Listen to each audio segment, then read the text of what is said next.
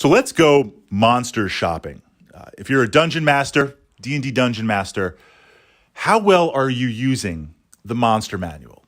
And even if you're playing a pre-written module, what about potentially swapping out some of the monsters based on the party, based on your players? I say this because one of the things that I want to do as a dungeon master, and I'm looking for the correct word to capture this feeling, so I apologize, it doesn't capture it exactly. I want to create tension in the game. Not from the point of view of tension of stress, but tension from excitement, where literally in that moment, it could go one of many ways, and you don't know what's going to happen. You're like, almost like if I'm doing it well, you don't want to roll the dice. You're like, okay, initiative order, it's my turn. I'm making this decision. I'm doing this with my character. I need to have this happen. I can't roll the dice. I just can't do it. It's too tense, too much tension, right? I'm pulling that tension in to the game.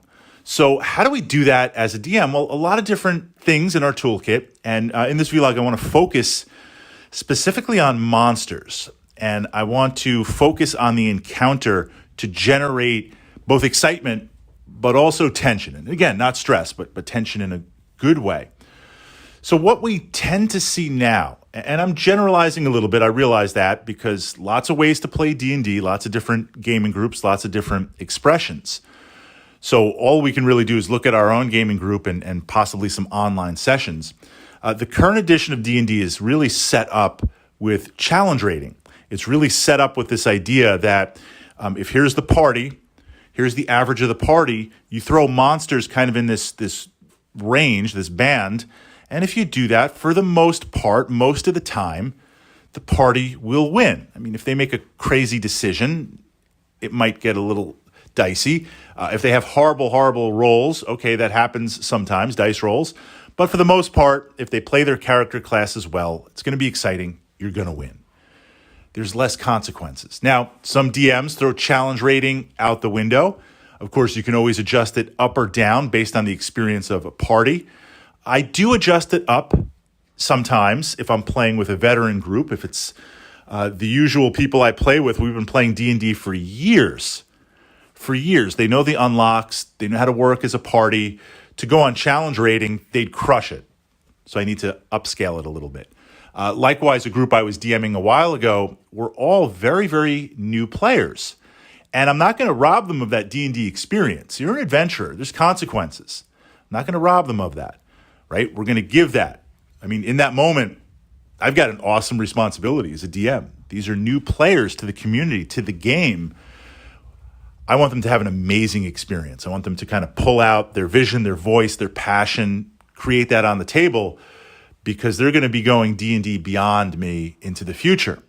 So from that perspective, I toned down the challenge rating a little bit because being new to the game, they weren't aware of all the possible combos and way things could interact with each other. And the encounters were taking a little bit longer to resolve because it's their turn and they're trying to figure out in initiative order, like what are they going to do? How are they going to do it? So we toned it down a little bit. Now, this idea of monsters as stat blocks, you just kind of chew through hit points.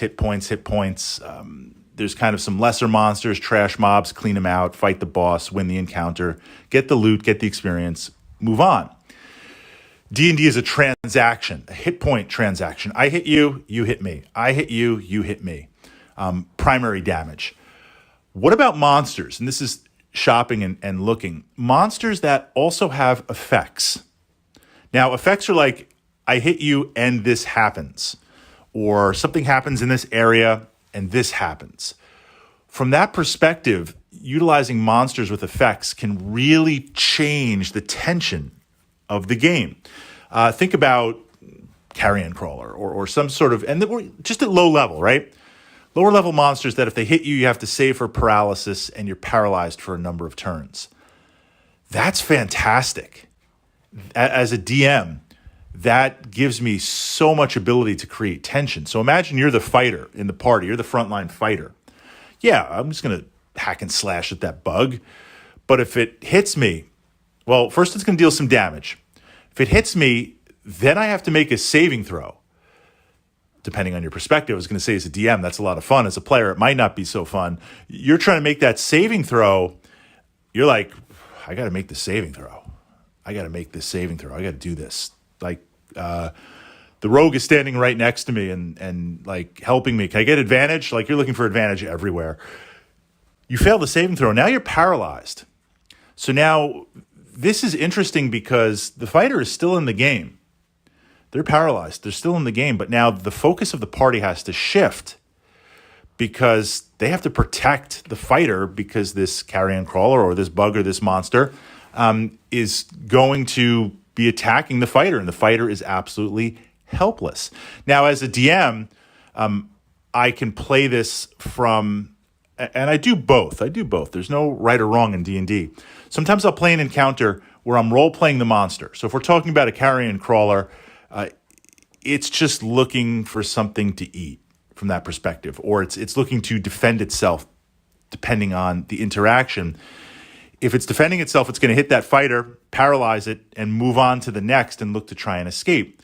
If it's hungry, whatever it paralyzes, it's going to try and start attacking to eat and maybe drag off. So the decision to attack the fighter or not depends on if I'm role-playing the monster. If I get a little more tactical, which I have to be careful about because the monsters might not have knowledge that I'm injecting as a DM. You know, we talked about out of character knowledge for players. Well, it's the same thing for a DM. If I have a monster that really doesn't understand magic and the interaction of that, are they really going to go after the wizard in the party? Or are they going to go after the druid and the fighter who are trying to poke it with a spear? In my mind as a DM, I'm like, man, I got to take out the wizzy. We got to drop him this turn, or at least keep them occupied. But would a monster know that? But keeping that in mind, sometimes to create tension, I'll have it attack the fighter, paralyze the fighter, then move on to the next. So now the fighter's like, don't leave me hanging, right? The party is fighting, trying to deal with that, but the fighter's still in the game because it's going to wear off. And if needed, sometimes I'll shorten it. You know, if it's like paralyzed for four turns or rounds, maybe we'll drop it to 2. Keep the fighter in the game. So looking at monsters, it affects them. Likewise, certain parties working together as a group.